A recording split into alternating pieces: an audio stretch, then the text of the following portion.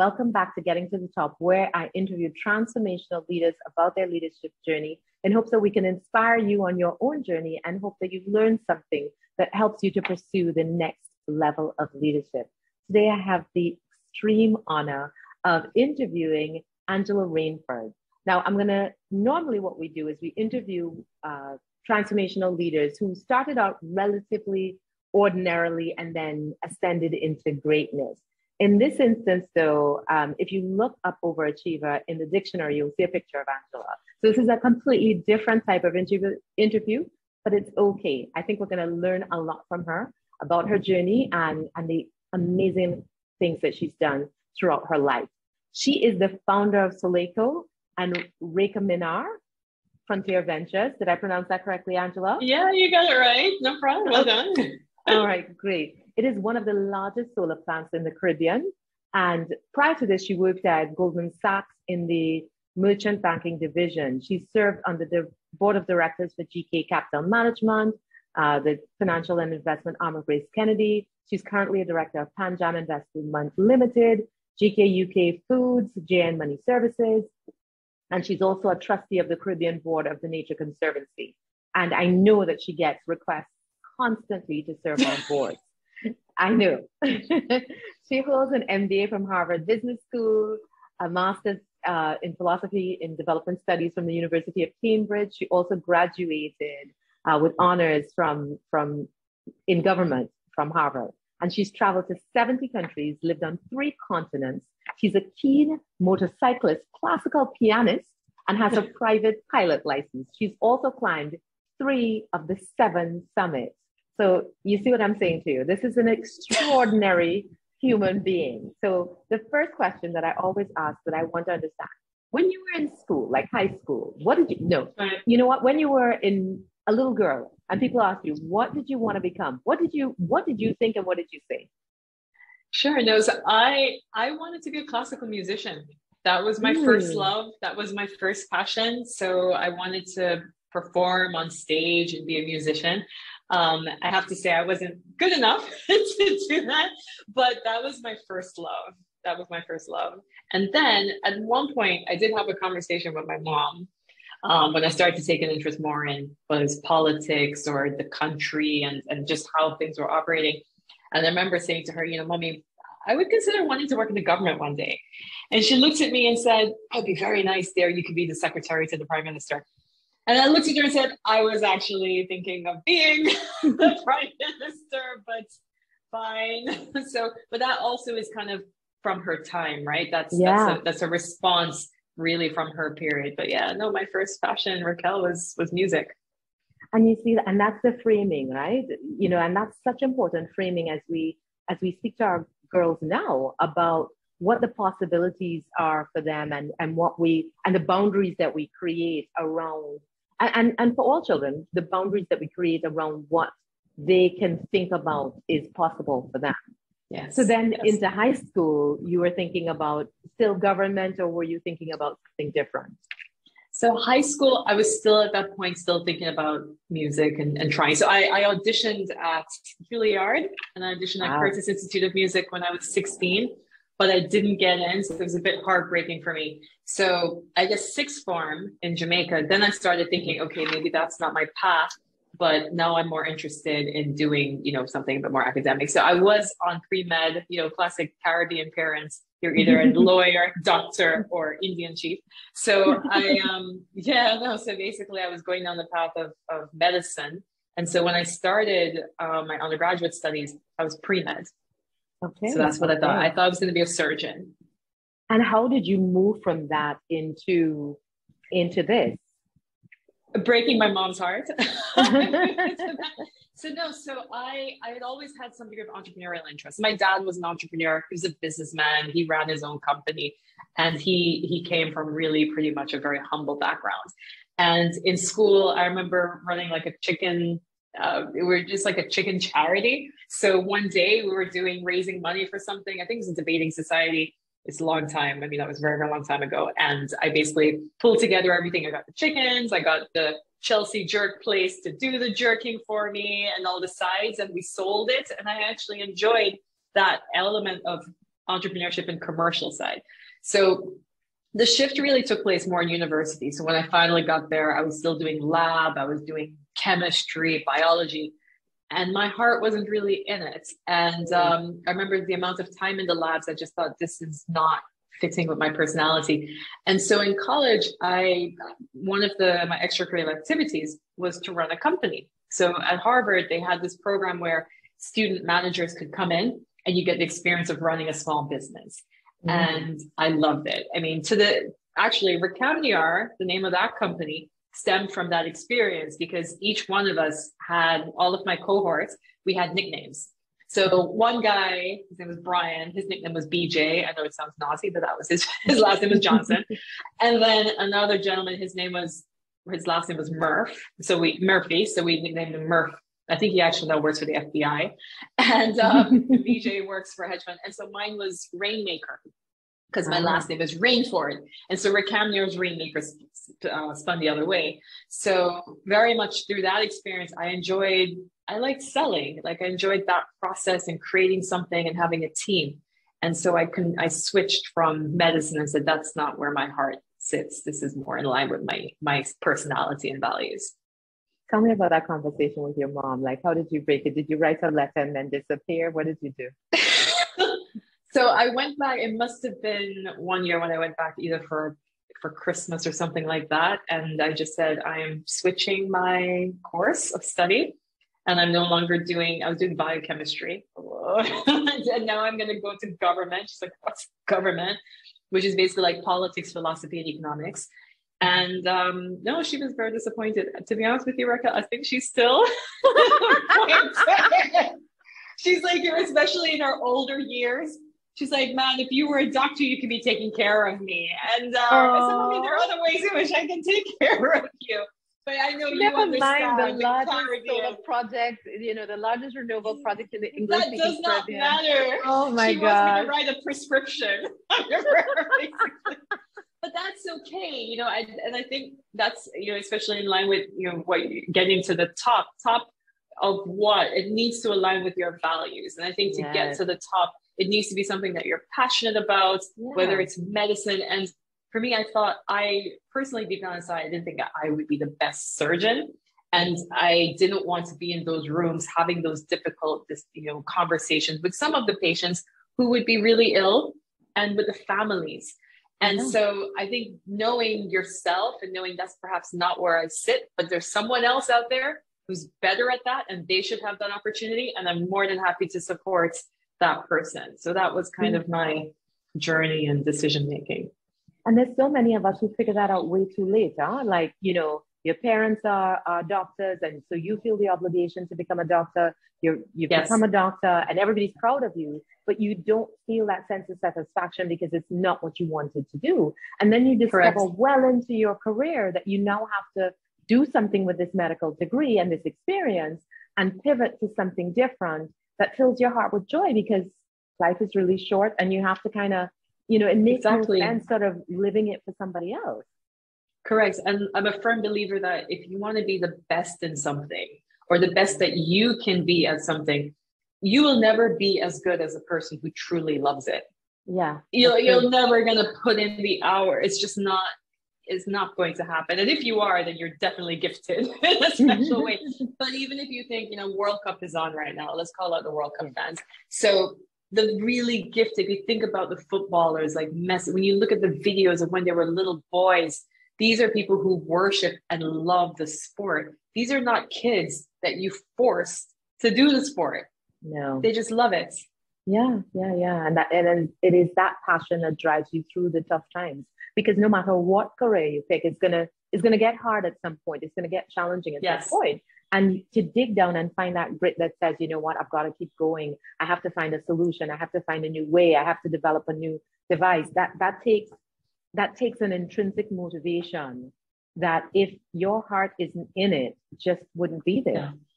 Exactly. Exactly. And the other thing about the music, what do you think you learned from the music that applied to everything else that you've done? I always hear that it's really good. I play the piano myself, but never had any design on being professional. But I think that it's so good. They talk about, music education being so great for kids and helping them to develop skills in other areas. Yes, absolutely. I think number one, discipline. For me, discipline, because when I was studying the piano, and especially because I was trying to do it at a professional level, I was sitting in front of, the instrument for hours at a time, practicing over and over the tiniest little part of the, passage to try and get it to perfection. And so even in what I do today, less so striving for perfection, because I don't believe that truly exists, but that discipline of, just constant work ethic, showing up, doing it over and over again and practice. I think that's something that, whether it's music or even sport, some of these activities that you do as a child and even as a young adult, I think they're very important. The other element, which is why I smiled when you asked me that question, that even though I didn't make it as a musician, I still view my work today as art. And I want to create, I like creating things. So part of the music element, which I loved, was that creativity element where you're creating something new, even if you're playing music that existed before, but you're interpreting it and trying to bring some new framework or musicality to that music. So even when I'm thinking about finance, I know it sounds kind of geeky. No. But even with the projects or starting a new business, I view it as I'm creating something that didn't exist before, and that's actually kind of cool. And then trying to bring that artistic element to it, to think, yes, okay, it's a solar farm, but you can still make the work itself something artistic about it and make it beautiful. And so that's something that I still take from my music education and apply it to my work today. And you're still playing? I do, not as much as I'd like to, but you can see the nails. Anytime my nails are long, I'm not practicing. Yes, I have notoriously fast-growing nails. So my piano teacher would put the nail clipper on the piano when it was my turn because she knew. I'm like, I literally cut them this morning. She's like, no, your nails grow too fast. Yeah. So were there any other extracurriculars that you were involved in that sort of influenced your path? So I mentioned already the company in college where I ran that company, that influenced it. The other, I'm trying to think of, I was part of debating society, which helped in terms of just forging an art. Well, I wouldn't even necessarily say argument, but logic. I think that's perhaps what I take away most from that experience, especially from being a child, is the logic, understanding someone else's perspective, trying to see things from both sides. And so that's a very important skill when you're negotiating contracts or trying to even convince someone, yourself, your team, whoever it may be, when you're trying to convince people to move in a certain direction. I find that logic tends to be very important skill set for one, for one person to have. And I'm trying to think if there were quite a few other extracurriculars, but those were, the main ones. I wasn't the most sporty of kids. I was the kid that was not picked when they were lining up. Maybe that's the trauma that I bring with me. Now I need to, but I still remember prep school. So I went to Bona Prep in Jamaica. Oh, nice. And they would have the little running. I was terrible at running. And they would basically say, okay, I was horrible, you're but built now I'm for sporty. it. Yeah. I know, but you're like small and compact. I could not run to save my life. I was so slow. And also I was a lot heavier as well. I was kind of a cute, chubby kid. But anyway, so when you're choosing the teams, they would be kind of almost, negotiating who should take me rather than wanting to take me. I know, I still remember it, obviously childhood trauma, but yeah, so. Oh, and so, I find it really interesting on the debating and understanding someone else's perspective. I recently read Think Again, and it talks about that, how you approach negotiation is really important as to whether or not you're likely to win. And they had done this whole thing with this AI, and they taught this AI to debate, and it could draw on all of these facts. But where the AI failed was understanding that the first objective is to find common ground and then build from there. That you're not going to convince somebody with an extremely opposite position to your position because they're going to dig their heels in. So it is about creating more common ground and then saying, let's negotiate the margins because there's so much that we agree on. Yes, exactly. And I guess that comes back to my business school education around what they call the BATNA, the ZOP and the ZOPA, the zone of possible agreement. trying to map out where can we possibly agree, where are the areas of overlap. Because if you have zero overlap, then chances are you're not going to reach an agreement. Yeah. Yeah. And at least you save time. All right. So you're out of college, you have this degree. What's next? So what's the first job? What do you do? So I ended up working at McKinsey. That was my first job. But technically my very, very first job, I worked whilst I'm still in college because I did 2 summer internships. Nice. And and I still remember my first time working on Wall Street. So I worked at Solomon Smith Barney, so you can date me because that company no longer exists. And that was definitely quite an experience for a 19-year-old working on Wall Street, and as a woman of color. So that was very much an experience that shaped me. But no, I mean, straight out of college, I worked at McKinsey. I was a business analyst there for 2 years. And I guess the key learnings there, which I still use today, are about problem solving. So breaking down a massive problem into small chunks and trying to solve the small chunks rather than just trying to tackle the massive problem head on. And even today, I still take that key lesson with me from that experience.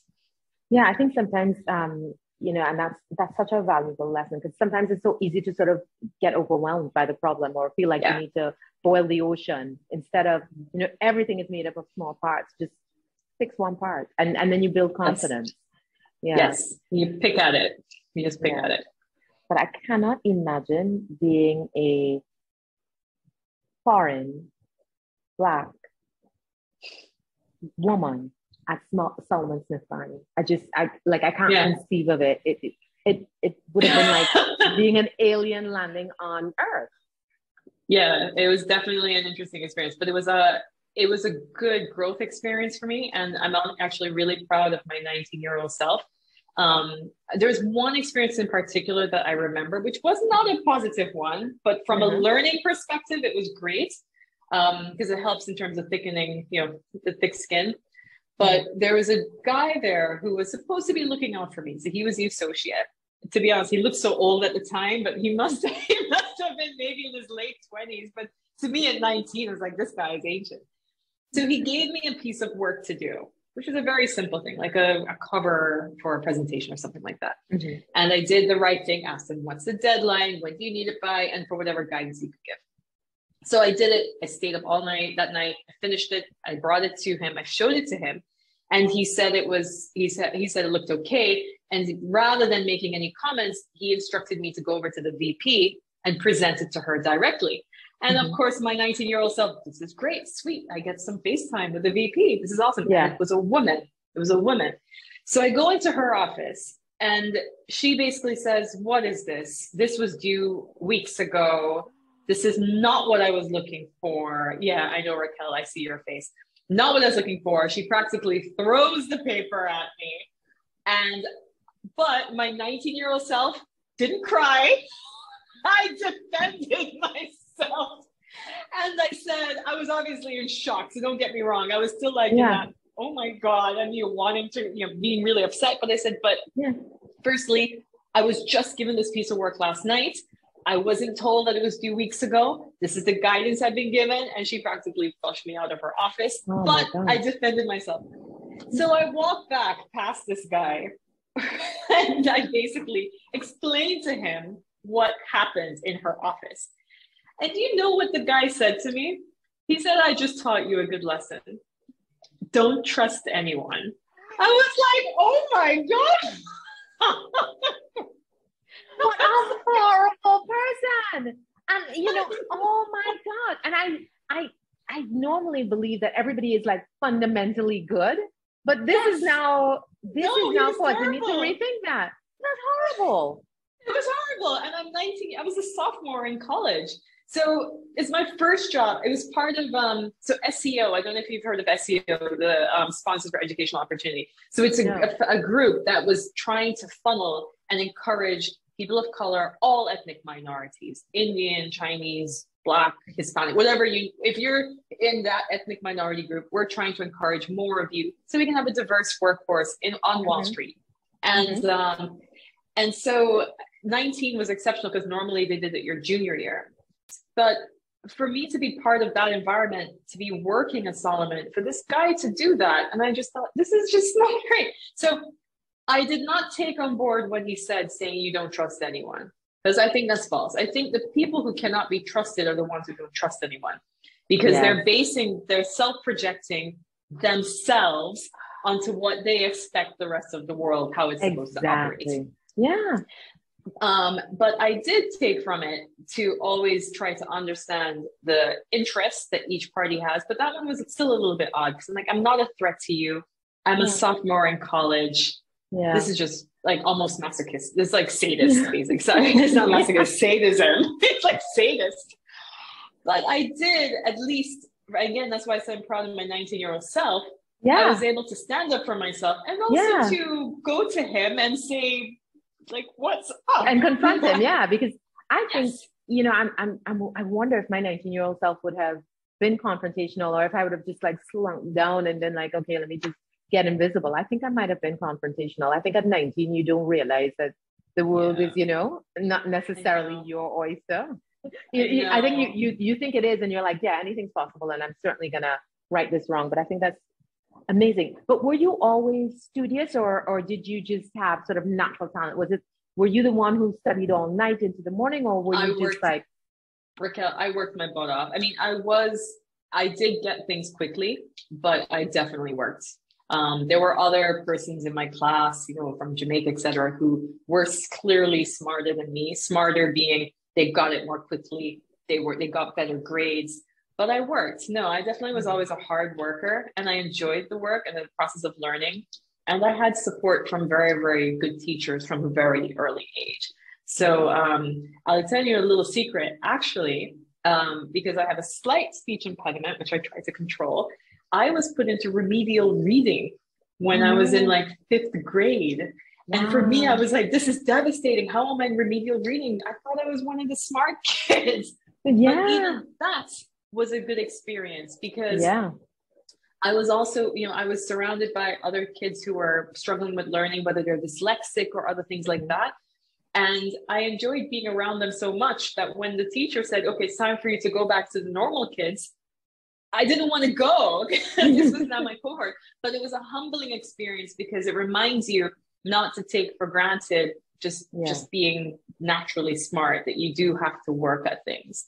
So, And they say that the kids who are more resilient and end up being more successful aren't the ones who perceive themselves as being smart, but the ones who perceive themselves as being hardworking. Because when they hit a challenge, they understand that they need to work through it. I'm trying to remember what book I read that in, but the other, and it was based on a number of studies, and so, you know, sort of thinking of yourself, telling kids that they're smart is not the right way to go. It is to reward the work that goes into it, because it is that work ethic and that willingness to kind of get through hard stuff that will serve them well regardless of the challenge. Thinking of themselves as smart, the minute that they're challenged, they'll be like, oh, everyone was wrong, I'm not smart, and now I should retreat and give up.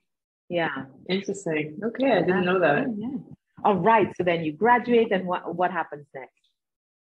So after college, so I worked at McKinsey, and then after 2 years business analyst program, I always wanted to travel. So the opportunity came up to do a volunteer program in Ghana, where I was working with entrepreneurs in Ghana and working for a group called TechnoServe. And I always had this exploration gene. I think that came from my dad, who used to travel and bring little bits and bobs, especially coming from an island, right? So it's kind of cool to see exotic places. And that was also a good experience for me, because I got to see more, you know, I'm from a developing country, but I think when you really go in the outskirts of Ghana, and I traveled from Ghana, I went to Burkina Faso, I went to Togo, and I was also on my own traveling. I think that was a very grounding experience for me. I'm trying to remember, now you're making me think I've missed a step, but no, that's about right. Oh, actually, just quickly, for McKinsey, before I went there, that's 2011. So I moved to New York right after September 11th. Wow. Yeah, that was also very interesting. Yeah. And because I did a volunteer program in Costa Rica after college. I was teaching English, and I had stayed longer than I should have, because I was having a great time. And I went back home a little bit late. So I should have been there the week of September 11th, but because I stayed in Costa Rica later, I was in Jamaica. And I still remember seeing, watching the towers, etc. My dad looking at me because I'm supposed to fly to New York the next week, starting my first job. And he said, you don't have to go if you don't want to. You can stay. You can stay in Jamaica. We'll find something for you to do. And again, thinking back, I am proud of some of the calls I've made. My 21-year-old self, I said, no, I need to go. Yeah. And so that was, So it was McKinsey, volunteer work in Ghana, and then I went back to New York to work for a hedge fund of funds, so the family office, and we were choosing hedge fund managers.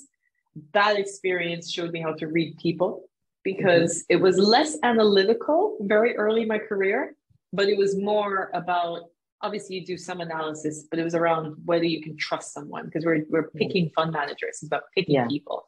That was an interesting experience. And what's the best thing you learned, like the most instructive thing you learned in that process?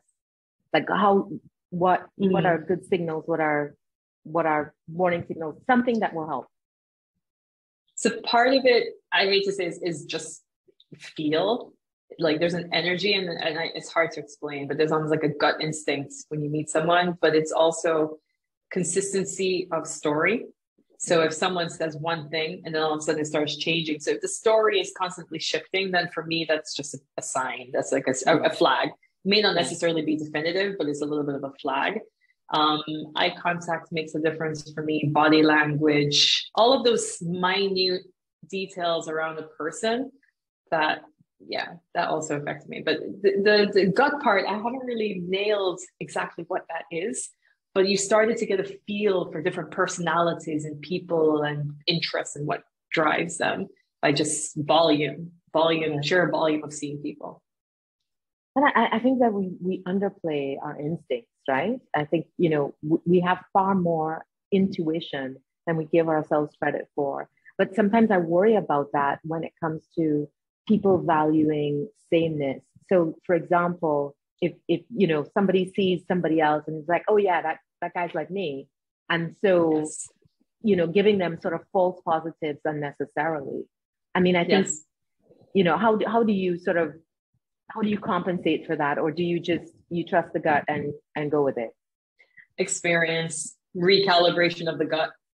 So sometimes you get it wrong. Sometimes you get the gut wrong. I've been fortunate where it's been more right than wrong, but there have been occasions where you get it wrong. You learn from it, you recalibrate and you reset, and then you start again. So, but I think recognizing that you can recalibrate and that recalibration is important, not just being stuck in a certain mindset because you've just fixed mindset, not changing it. I think then you're not able to grow and progress. But that would be my response. Okay. That reminds me of Satya Nadella's book, Hit Reset, Hit Refresh. It's actually, it's a bit of a, it's not like the most exciting read, but it's really, really good. It's a good book if you're willing to kind of invest the time. So how did you find these jobs? Was it, the Harvard on the resume and the angel sang and the doors opened? What was that process like for you finding a job? So it depends. If you ask me that question, depending on the stage of my career. So coming out of college, it is, obviously they have the career fairs, the stands, and they try to recruit in a very standard way. And that there were some of my classmates who went like non-traditional, and hats off to them because that's a lot harder and to do the searching for that non-traditional career. But I kind of went with the herd a bit, if I'm brutally honest with myself, and just went, in the safety zone, right? Consulting after, the zone of where you're not really certain what you want to do. So do something that still leaves the doors really open. And then when I went back to New York, that was a bit more through like executive search, finding jobs, but post business school, similar, again, the career fairs and networking. Now, the most interesting job searching was during my renewable energy career, when I decided I wanted to go out on my own and do my own thing, the first time didn't work. So we were not successful. I ran out of my money and I needed to kind of lick my wounds and get back into the workforce. At that point in time, that was very much more about networking, calling people, hustling and just putting yourself out there, taking the rejections where they come. I didn't have a lot of success with executive search firms, except for one guy who is amazing. So anytime anyone comes to me looking for a headhunter in the private equity world, because that's what he focuses on, I said, this is the one guy. The others, I forget about them. But, and he was great, and I still keep in touch with him. So that was a very different experience. And so that's why I have a great degree of respect for people who are not coming from a Harvard, who are not coming from a traditional university, who quite frankly, in some cases, don't even have a university degree, right? Yeah. How it's just harder and it's more nebulous and you have to work more, or you get lucky whilst also spotting those lucky opportunities, because you can be very lucky, but not take advantage of the opportunities when they come up. You have to convert them. So how did you build your sort of rejection resilience? Man, how did I build it? I think, well, if you don't build it, then you just stop. I mean, like, you didn't have that option. You're like, no, it's not to stop. So gotta pick up and. I think part of it, if I had to try and break it down, would be maybe adding perspective to it. So, and again, maybe this comes back even to my childhood, being more interested in music and not setting. I think if resilience is hard, if you have a very firm set of goals, this is what it is, and if I don't achieve it, then I'm a failure. That is that's almost setting yourself up to fail and being very, very hard on yourself. So I think if viewing it as, okay, it didn't work out, but trying to see what you learned from it. So I mean, for instance, even with my description of that experience, the Solomon Smith Barney, I could have just said, man, Racquel, it was the worst experience ever. I hate those people, but I didn't. I took it and said, you know what? I learned from that and it made me stronger. So framing, I think the resilience element for me comes from framing. How do you frame it? So I try not to frame, I mean, since this is getting to the top, I guess it's mainly with ladies. So my first marriage didn't work out, right? That technically was a failure. But if I reframe, I'm like, oh, why do you view this as a failure? You had that experience, you learned from it, you came out of it, you're still alive, there's still positive things. Reframe it. It was a learning experience. So I think that for me is part of that resilience, is trying not to just focus on the negative sides of it. Of course, we're human. Right? I'm not saying being a robot and not feel sad or not feel bad about something or be disappointed. Even with my music career, I was super disappointed to the point where I stopped playing when I went to college. I stopped playing for a year or two. And I couldn't bear to look at the instrument. It was just heartbreaking for me. So here I am going to Harvard. Yes, I didn't go to classical school, but which is amazing. Yeah. And I was so still broken, the fact that I didn't follow what I wanted. And then when I moved to New York, I found a piano teacher and I started playing again. And I viewed the instrument quite differently. Now I was playing for just the passion of it as opposed to the competition of it and trying to strive for a career. And a few years ago, I was in a fortunate enough position to buy my dream piano, which I bought. And I thought, man, there's a chance that had I been a musician, but not, because the ones who really make it to the best, it's so it's so hard. Yeah. I would have perhaps been in a position where I could never even afford to ever buy that dream piano. So my career has afforded me the position to be able to buy that. So just let's reframe it. Yeah. Oh, that is such great advice. Is that the best advice what's the best advice you ever received? I think this reframing is at the top of the shelf of the best advice that I've gotten. And, I think Designing Your Life. I recently read that as well. And I thought that was phenomenal. And it talks about that. How do you reframe your thoughts?